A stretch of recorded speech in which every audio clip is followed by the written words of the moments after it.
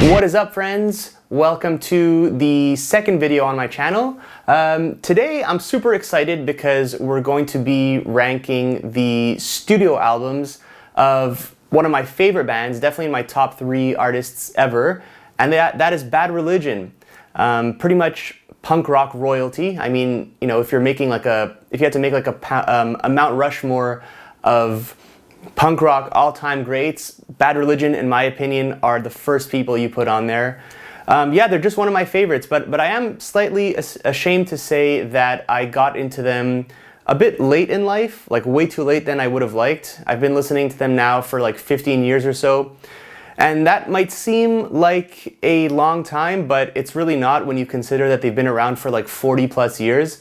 You know, I was definitely aware of them in high school, which is really when I was completely obsessed with punk rock, but for some reason I just never gave them a fair shot. I always dismissed them as kind of being like one of the older punk bands that I probably wouldn't like, you know, like the Dead Kennedys and Sex Pistols, Crass, UK Subs, all those guys. I really lumped them in that category, but it was a huge mistake because I ended up seeing them live in, I think it was 2009 at a festival that they just happened to be playing at, and I caught their set, and I just, like, you know, they just blew me away essentially. I just remember standing there and having the memory of thinking to myself, like, man, is it just me, or are these songs just freaking amazing? So I eventually, after that show, I went out, picked up an album, and then I was just instantly hooked. And I remember spending basically the whole summer just tearing through their discography, and I've just been a huge fan ever since. So on that note, let's get started, because they do have a pretty massive catalog at 17 albums. So in the interest of not letting this drag on too long, let's get started right away with my personal ranking. At number 17, my least favorite Bad Religion album. Shouldn't be much of a surprise, but the album I'm picking is Into the Unknown, which is their second album from the year 1983. And yeah, like I said, you know, this is not a big shocker. I think most Bad Religion fans will probably agree with this ranking and have it at the bottom for themselves as well. It's really just a huge departure from their usual sound, and definitely the black sheep of their catalog.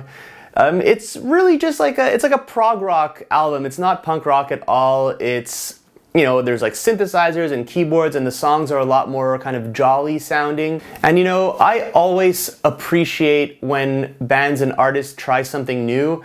I really don't mind when, you know, they take risks and experiment, because I think that's a super important part of being an artist.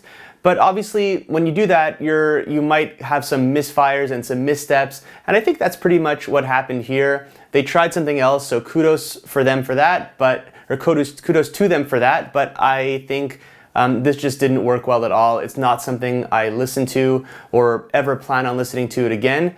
So that's an easy one for me. At the very bottom is Into the Unknown at number 17. At number 16, this might ruffle a few feathers, but I do stand by it. I'm going with their debut album, How Could Hell Be Any Worse, from 1982. Now, I know this album is definitely held in pretty high regard by a lot of people. It's definitely considered a punk rock classic, and that much I can appreciate and respect. But personally, it's really not the sound that I like. It is very kind of raw, and it really just sounds like a teenage punk band. Like I said at the beginning of the video, I don't really like the older punk style. It's what I really truly like primarily is the kind of more refined 90s skate punk sound. But so something like this just doesn't appeal to me. It's like very punk rock, very raw. So I can understand why a lot of people like it, and like I said, I definitely respect the album, but I don't think I'll ever listen to it again. You know, I listened to it a couple times, you know, like a few years ago, and just again recently in preparation for this video. I really doubt I'll ever listen to it again, but I respect it. It's a classic, and it's the Bad Religion debut, but that's it. You know, it's at number 16 for me. How Could Hell Be Any Worse? So that brings us to number 15, and we're gonna go all the way to the other end of the spectrum, all the way to their most recent album, which is The Age of Unreason from 2019.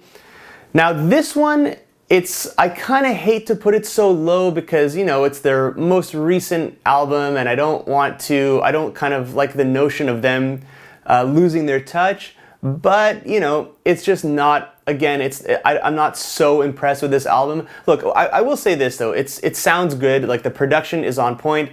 Greg Graffin's voice sounds as good as ever. He like really just has not lost it at all, and he seems to just, his voice just seems to improve and improve, and he's just a wonderful singer to listen to.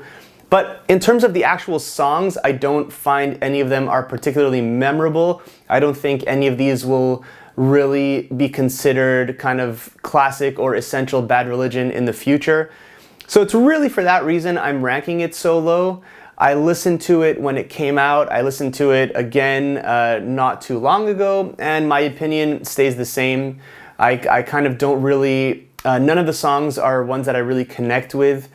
So that's all there is to it, really. Sort of a forgettable album for me, but I definitely give them props for putting out something that is still pretty high quality, especially considering it's so late into their career and how many albums they already have under their belt. So on that note, it's impressive, but realistically, if I'm being honest, in terms of my enjoyment of listening to it, it's going to be close to the bottom for me. So that's my pick for number 15, The Age of Unreason. At number 14, I'm going to go with New Maps of Hell from 2007. I think a lot of what I said about The Age of Unreason sort of applies here. I think there are some better, more standout tracks on this album. For example, The New Dark Ages is really, really great. Prodigal Son, Fields of Mars is a nice closer. Requiem for Dissent, I think, probably is my favorite one on that album. So there are songs that I kind of like, but the rest of it is a bit bland for me. I hate to use a word that's so harsh because, again, it's a quality album. It's decent. It's by no means bad. It's objectively well put together. Production sounds fine. Everyone sounds good. But a lot of these songs are really just not ones I ever come back to. So that's it, really. I mean, there's not much I can criticize about it other than that, and all I can say is that everything else in their catalog that I've not mentioned up until this point is just superior in my opinion. So that's why it's at number 14 for me, so that's my pick, New Maps of Hell. So that brings us to number 13, which is going to be, for me, True North from the year 2013. I do like this album. I remember very well when this came out, and I listened to it quite a bit. It's by no means a bad album, I think, for what it is, because even at that point, it's 10 years old at this point.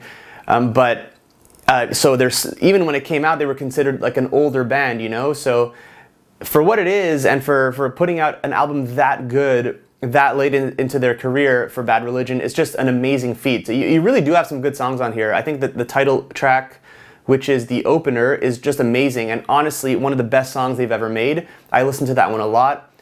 Some other ones I like are Vanity, I think it's called What's in Their Hearts is Right, Nothing to Dismay, Dharma and the Bomb, Hello Cruel World. There's some others too that I can't remember at this point without looking at the track list, but you do have some pretty good stuff throughout the album.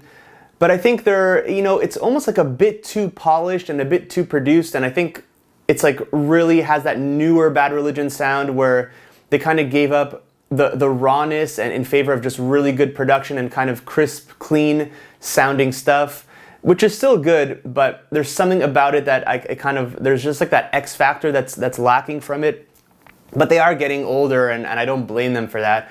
It's just if I'm doing this ranking in terms of what I listen to and what I will plan to listen to in the future, this one doesn't rank as high as the other stuff, but I do have to say I think it's really good for what it is, and there are some songs that I do quite enjoy. So that's just simply where it's going to be. It's going to be at number 13, True North. So I think the next two will be sort of an unpopular opinion in terms of how low I'm ranking them. I think the next couple ones are ones that people probably rank a bit higher. So the one I'm going with for number 12 is The Empire Strikes First from 2004. I really remember when this album came out in high school. I just did not listen to it at the time. I was just aware of it. And I guess there's something about the whole motif of, like, you know, that era in punk rock. Everyone kind of had the, you know, the sort of like anti-US imperialist type motif with a lot of, you know, bombs and rockets. I kind of alluded to that in my previous video about the Offspring with their album Rise and Fall, Rage and Grace. I think there's a lot of like black and red vibes going on, and you know, so that album, The Empire Strikes First, is kind of part of that in my head, if that makes any sense to anybody. So there's something about it that kind of puts me off in that sense, but there's no denying that the songs on here are really good. There are some that are very good, honestly. Like Sinister Rouge is a slamming opener. I don't think they have a more impactful opening song than that one. Social Suicide, fantastic. Atheist Peace, God's Love is a great song, and I really like the song Los Angeles is Burning. I think that's one of their better singles. It's kind of an interesting one because it's like, you know, the subject matter is a bit morose, if I can put it that way, but the song itself has like a very uplifting kind of tone to it, especially the chorus. So it's a fun album. It's really one that's kind of easy to listen to from beginning to end, but it's Bad Religion, and I think by their standards, they have so much other stuff that's way, way better than this, which is testament to how good they are as songwriters. So for that simple reason, it's going to be ranked a bit low for me. It's going to be at number 12. So that's it. The Empire Strikes First.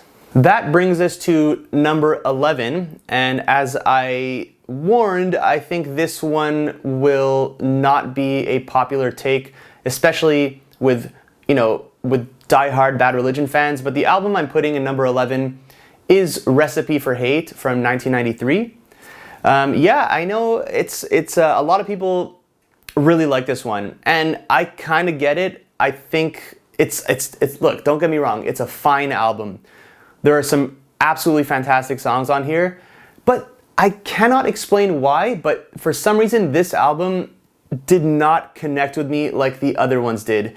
And you know, you have some of the best ones that come right before it and some of the best ones that come right after it. For some reason, personally, in my head, I've always considered this one kind of like a little road bump in their streak of awesome CDs. But it's just weird because when I look at the track list, it's hard to even justify that take. Look, you have American Jesus on there, which is like possibly their most popular song. Personally, a bit overplayed for me, and that's maybe why I don't like it as much anymore, but objectively, there's no denying it's a really, really kick-ass punk rock song. All Good Soldiers is one that I really, really love. Watch It Die, Struck a Nerve. There's a lot of good stuff on here, and of course, I kind of mentioned this in my previous video, but I'll say it again now because there's no one, I think, on the planet who does this better than Bad Religion. And it's closing an album with an absolutely amazing slamming song. And that is very much the case here on Recipe for Hate. The last song, Skyscraper, is just unbelievably good. I just really, really like that song. For sure my favorite on the album. So that elevates it a lot. But yeah, like I said, there's something, maybe it's about the flow of the album. All the songs are kind of, they have the same sort of tone, but they're all very different in a way. I don't know. I really can't explain it. I wish I could put into words why I have a slight aversion to this album. It might have something to do with the production too. I do find that it's like a very warm production compared to everything else in terms of sound. I feel like every album is just kind of, or every song rather, is sort of like wearing this big fuzzy blanket, and it doesn't have that raw punch that everything that their other stuff has, you know, within that kind of skate punk genre. So that's all it is really. I mean, it's definitely ranked low for me when I compare it to the other stuff. So that's where I'm putting it at number 11, Recipe for Hate. So that brings us to the top 10. And it's very fitting because the one I'm choosing for the number 10 spot is from the year 2010, and it's The Descent of Man. And yeah, I know this one is probably another kind of borderline hot take because I've checked out some other people's rankings, whether it's on YouTube or Reddit or elsewhere, and a lot of people have this like very close to the bottom. And I think that's a huge shame because this album to me is really, really good. And maybe a lot of my enjoyment of it has to do with the fact that it was really around this time that I got into Bad Religion. I believe the first time I saw them live was 2009, and it was that summer that I just like crushed through their discography. So this album was coming out shortly thereafter, and I couldn't wait. So I got it immediately, and I listened to it on repeat, and I saw them on this tour as a full-fledged fan this time. So I think there's some sort of like nostalgic factor with this album, which is why I probably like it more than a lot of other people do. But also the songs, I'm sorry, are really, really good. And when I listen to it again now in preparation for this video, I just got a new appreciation for it. It's just like way better than I even remember. Like the opening track, The Day That the Earth Stalled. How good is that song? That's a freaking good Bad Religion song. Only Rain, come on. That's such a good one. And one that I think is a personal favorite from the album, slightly a bit of a deeper cut, is The Pride and the Pallor. But there's some other ones, The Devil in Stitches, The Resist Stance, Won't Somebody. There's a lot that's good on here, and I just find it's an absolute pleasure to listen to the whole thing. And in that sense, it's like I can absolutely foresee myself listening to this again in the future, and I'm actually looking forward to listening to it again. So I just find it's underrated and kind of given a bad rap unjustly. Anyway, like I said, this ranking is just my personal opinion, and that is why it's going in at number 10, The Descent of Man. At number 9, I'm choosing another kind of not well-liked album, and the album I'm talking about is The New America from the year 2000. This is a bit of an interesting one because, and I'm not the first person to say this, but I think it really has this interesting situation where every other song is good or every other song is not good, depending on how you want to look at it. So the opening track is fantastic. Track number 2, not so much. Track number 3 is very good. Track number 4, not so much, and so on and so on. You get the picture. So pretty much half of the album, in my opinion, is just not great at all, but the other half is really, really freaking good. And what makes it easier to listen to as an album is that, like I said, it's kind of spread out in a nice way, so you don't get, it's not like front-loaded where all the good stuff is at the front and then you have to just kind of trek through the back half, which is not as good. It's really split up in a nice way that makes the album a lot more palatable as a whole. So, some examples, You've Got a Chance, to me, is a really underrated track, a great opener. 1,000 Memories, A World Without Melody. Another one that I like that's a deep cut that's probably not on many people's lists is I Love My Computer. Love that song. And The Hopeless Housewife. I'm trying to think what else. Okay, and how can I forget? Speaking of absolute bangers that close out an album, probably the best example of this is on The New America, the track Don't Sell Me Short. Ah, man, this is like one of my favorite Bad Religion songs. Definitely in my top 3, I'd have to say. Absolutely amazing song. And it closes out the album and wraps it up in just the most pleasing way possible. So, as you can tell, I do have a very, very soft spot for this album. I really, really like it. I'll be listening to it a lot as I grow older. And I listened to a lot back in the day, and I just seem to like it a lot more than other people do. So anyway, that's my ranking for number 9, The New America. And that brings us to number 8. And this one for sure is going to be a less than popular opinion. The album that I'm going with is No Substance from 1998. And yeah, this one too, a lot of people just absolutely hate this album, and people put it, like, I've seen rankings where it just goes right to the bottom, No Substance and then everything else. Like, I kind of get where you're coming from if you have that view, and I think to really have that much hate towards the album, you really have to have been around at the time when it came out, because I can totally see why after everything that came before it, they hit you with No Substance, and it's just like a very different kind of sound, and you're like, what the hell is this? This doesn't sound like the Bad Religion I know. So I totally get how that could be the case. In my situation, I just did not hear it in that context. I just heard it as I was kind of going through their discography, not necessarily in order, by the way. And when I heard it, I liked it right away, and I still do. I think it's a very fine album, and it actually ages pretty well. Like the more I listen to it, the more and more I appreciate it. I really think, you know, if you really hate it that much, give it another shot now. If you're older, you know, and see if you like the songs again. Sure, they're not aggressive, in your face, like high octane punk rock like their other stuff, but you have some really just nice and pleasant melodic songs on here, and some of them do pack a punch. Like, look, I mean, Shades of Truth, I think, is a super underrated Bad Religion song. It's just amazing. So is the title track, No Substance, the Hippie Killers, what else you have? The Voracious March of Godliness, and once again, this all sound like a broken record, but the last song on here is just unbelievably freaking good. And that song is called In So Many Ways. Man, I love that freaking song. That one definitely is my favorite on this album. Overall, I'm forgetting some tracks, but let me tell you, I pretty much enjoy all of them. One thing I will say though, there are 2 tracks on here that I actually dislike. I can't not mention those. Those are the Raise Your Voice and what's the other one called? It's the biggest killer in American history. See, I almost forgot the title because it's such a forgettable track for me. I straight up dislike those 2 songs. I really wish the album could have just had those removed, and then you'd really have something fantastic. That's just a quick little asterisk. I don't really like those 2 songs, but I absolutely enjoy every other song on this album. So that's it. That's why I have it ranked so high. I really do enjoy it. That's No Substance at number 8. So that brings us to number 7, and for that slot, I'm gonna pick The Process of Belief from 2002.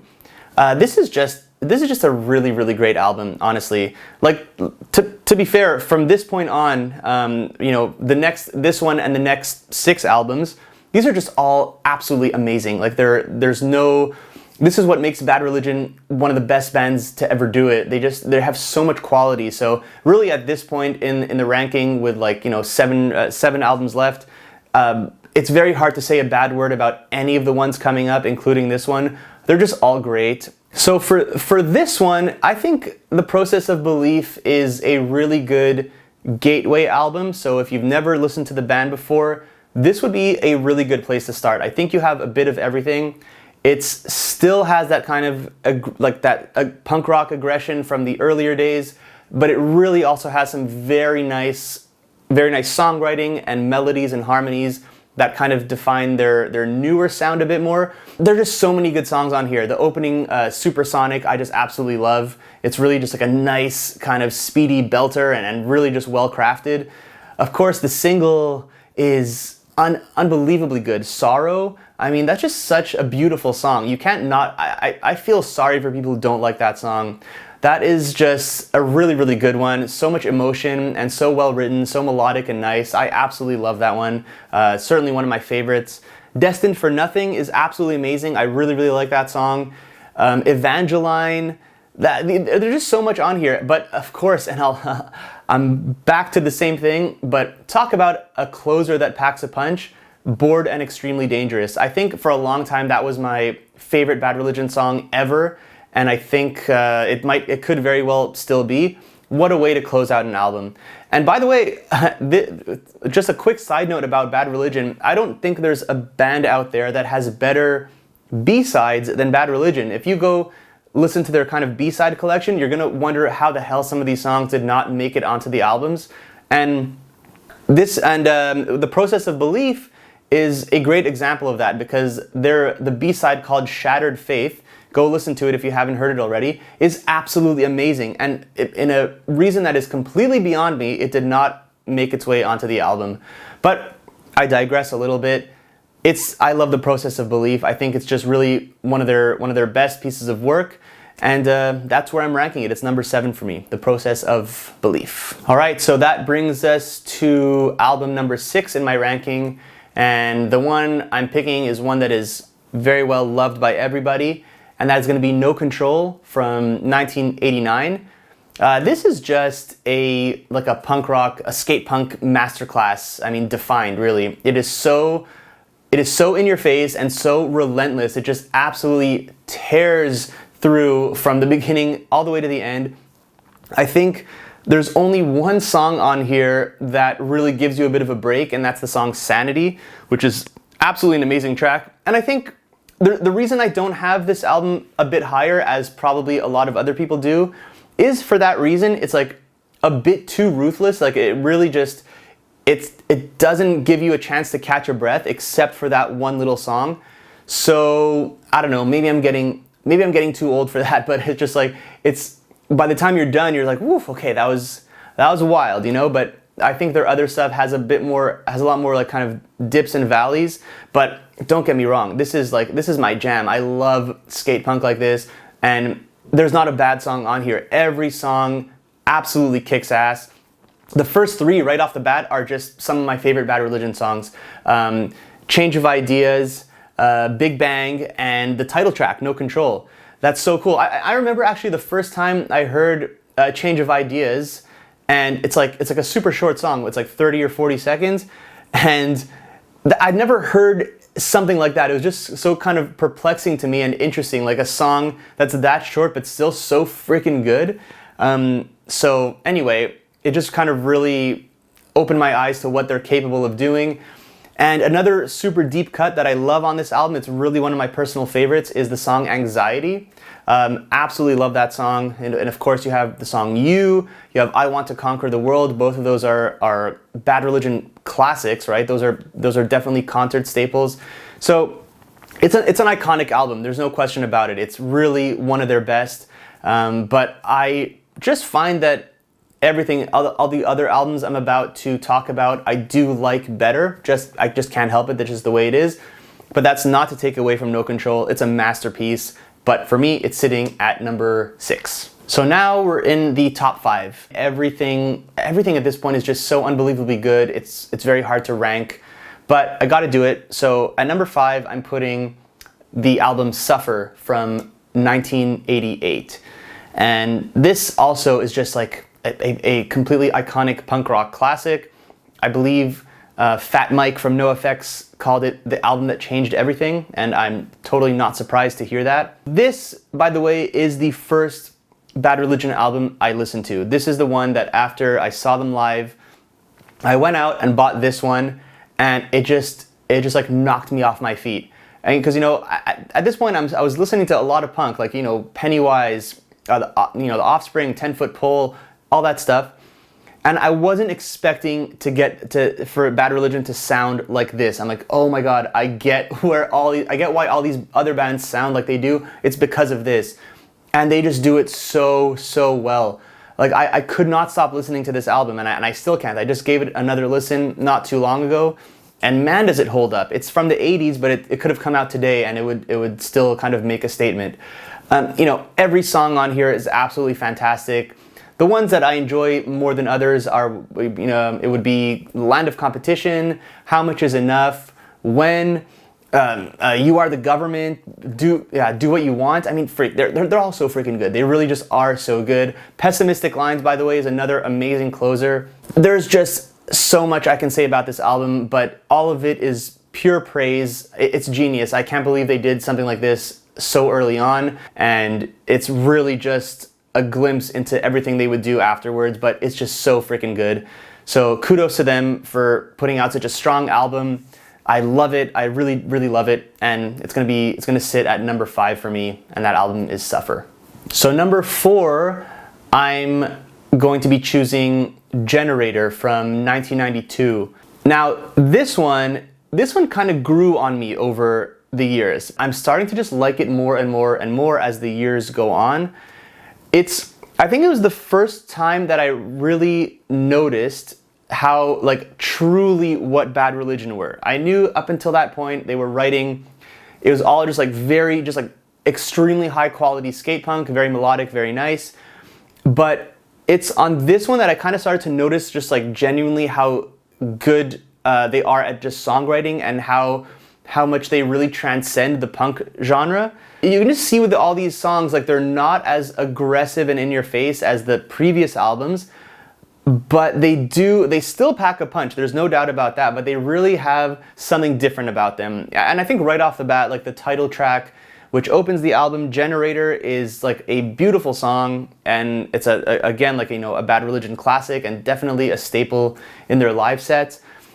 Too Much to Ask is a huge song. I absolutely love that one. The song Tomorrow is another favorite of mine.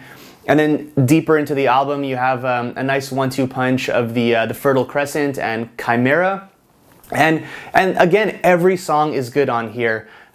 Two Babies in the Dark, Only Entertainment, Heaven is Falling, and Atomic Garden, that's the one. Man, I love that song. This album is so freaking good, the more I think about it. And it has just like a very nice flow as well. It really takes you on a nice journey from beginning to end. So that's it. I just really like this one, and I hope to listen to it way more in the future, to keep listening to it, and I'm excited to give it another listen when I get the chance. So that's my pick for number 4, Generator. So now we enter the top 3, and the album that I'm choosing for 3rd place in my personal ranking is The Gray Race from 1996. This one also, I have sort of, I cannot explain why, there's nothing that happened or anything like that, but I just have sort of like like an emotional bond with this album. I don't know, it sounds kind of cheesy to say, but that's the only really honest way I can describe it. When I heard it for the first time, it definitely blew me away, and I feel like I've been saying that for a lot of the albums, but for this one, it really is the case. And I listened to this one, I think I listened to, at this point I was still listening to them all in order, and it, I didn't, after Generator, I was just like, how can they possibly, how can the next albums possibly be still as good as everything? And then I heard The Gray Race, and it's also very different, it's like Generator, where they get a bit less aggressive, but still very much with a sting in the tail, and just kind of better songwriting. I know that at this point Brett Gurewitz had left the band, so it was all Greg Graffin for the most part, but I think these songs are just all absolutely phenomenal, and I just remember hearing it for the first time and just thinking like, my God, like these guys do not freaking stop. Like they just ooze creativity and ooze talent and songwriting, and it's like they cannot, they just have so many good songs in them, and they just keep coming out. So I just love The Gray Race, man. It's just one of those. The title track is amazing. One of my personal favorites for sure is Pity the Dead. Another amazing closer. I'm sorry if you get sick of me talking about amazing closers, but it so very much applies here. And that song is Cease. How beautiful is that song? Come on, it's just a gorgeous track to wrap up the album. Spirit Shine, 10 in 2010, Come Join Us. I love all these songs. And oh yeah, of course, I was trying to remember the name of the second track, because it's really one of my favorites on the album, Them and Us. Oh my God, just brilliant. I really like this album too. I know it's a bit of a dark horse album in their discography, but it's an album that I really do enjoy. So that's why I'm putting it in 3rd place. I just really like it. The Gray Race, 3rd place. And that brings us to our top 2. And to be honest with you, the album I'm about to talk about was for a long time my number 1 Bad Religion album, for a very long time. But now that I've revisited the whole discography recently, I really cannot help but choose the other one for number 1 and put this one at number 2. And the one I'm talking about is Against the Grain from 1990. So, as I said, I absolutely love this album. I'm really obsessed with this album, to be honest with you. I listen to it a lot. It's really just Bad Religion being at their punk rock best. I mean, it comes right after No Control, and with No Control, you kind of get the impression that they had all this pent-up kind of creativity and aggression, and they just let it out on this one album. But then you get Against the Grain right after, and it's like they had so much left in the tank. And I think the material is honestly a lot better. Just off the top of my head, the opening track, Modern Man, what an amazing freaking song.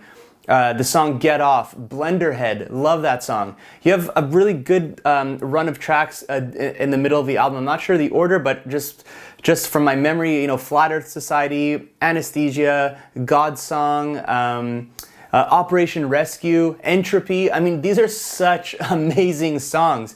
And of course you have Faith Alone, Walk Away is a great closer. Another deep cut, by the way, that I really enjoy that's on this album is Quality or Quantity. Yeah, this for me is just a total masterpiece. There are a couple songs on here that I could do without if I'm being completely honest. The song, what is it called now? Yeah, The Positive Aspect of Negative Thinking. It's a bit of a dud, a bit of a throwaway, but thankfully it's like under a minute long. And then there's one other, I think it's Unacceptable possibly. Yeah, I think it's that one, or Misery and Famine. I might be getting those two mixed up. But all in all, it's like almost negligible. Like the total amount of time on this album that I don't like is probably under 2 minutes if it's added up. So overall, I think it's such a joy to listen to this album. It's pretty much impossible for me to listen to one track off of here without eventually listening to the whole thing. Like I'll just throw on, you know, Operation Rescue or something like that, and then right away I'm like, oh well, I guess I'm just gonna listen to all of Against the Grain. So yeah, I can't speak highly enough of this album. It's absolutely sensational. Go check it out. It's Against the Grain, and I'm putting it at number 2. And so we are at number 1, and there's really only one left. So if you've been keeping track, you should know what it is. And the album is, of course, Stranger Than Fiction from 1994. How good of a year, by the way, is that for punk rock, right? You know, everyone talks about Dookie by Green Day, and Out Come the Wolves by Rancid, and of course Smash by The Offspring, which I talked about in my previous video. But sometimes people forget to mention Stranger Than Fiction by Bad Religion, and I think this absolutely needs to be there and in the same conversation as those completely amazing seminal albums. I love Stranger Than Fiction. You know, as I was saying before, Against the Grain was number 1 for me for a long time. But now that I've listened to everything again, there's just no denying, at least in my head, that Stranger Than Fiction is absolutely probably their opus. I don't know if that's too much of a stretch, but it's really just a masterpiece. I think everything is so well crafted on this album. It's almost, I think the reason I was hesitant to put it at number 1 is because it's sort of like a basic pick, if you want to think of it that way. You know, if you were to read a ranking, say in like a magazine or on a website by some publication, it's very likely they would put this at number 1, just because it's like a safe bet and a safe pick. But in this case, I really think it is warranted. It just really is a tour de force, I think, of mashing up just fantastic songwriting with punk rock energy, and it really just had this nice kind of tone and sort of atmosphere to it. I will make a small confession and say that I don't like the first song on the album, which is the song Incomplete. It's actually a rare situation where I find the first song on the album is actually the worst. Usually that it's pretty much the inverse, right? Usually like an album will have a very strong opener and they'll kick it off with the best song. And if it's a bad album, it'll go downhill from there. But usually the first song is at least very good. I find in this case, it happens to be my least favorite. And I'll be honest with you, I more often than not skip it and go right into the second track, which is Leave Mine to Me. And I think that works very well as an opener too. But, you know, I love that song, and some others, you know, The Handshake, absolutely amazing. Better Off Dead, Slumber, Marked, What It Is. I mean, these are just such good songs. I'm sure if I looked at the track listing, you know, I could just blindly land my finger on a track, and it would just be a very, very good Bad Religion song. So that's my pick for number 1. And that's my ranking. I really hope you enjoyed it. I'm so curious to know what you thought, if you agree or disagree with my list. If you have your own list, please go ahead and leave it in the comments. Like I said, I really enjoy looking at other people's rankings because it's just fascinating to me how, you know, you can have so many fans of the same band but have just completely different interpretations of their catalog and different tastes. So yeah, drop me your ranking in the comments, and also if there is another band or artist for whom you would like me to do a ranking, certainly mention them in a comment and let me know, because I would love to do that. Even if it's a band that I don't really know that well, or if I've just never given a chance to at all, I would definitely love to use this platform to discover new music, new artists. So I'd be happy to take that into account. So just, you know, drop a band or artist, you know, ideally in like the punk rock, metal, kind of hard rock kind of world, but you never know. I'm open to anything. So on that note, it's a long video, I know, sorry for that, but I really hope you enjoyed it, and I'll just check you out next time. So thanks again and take care.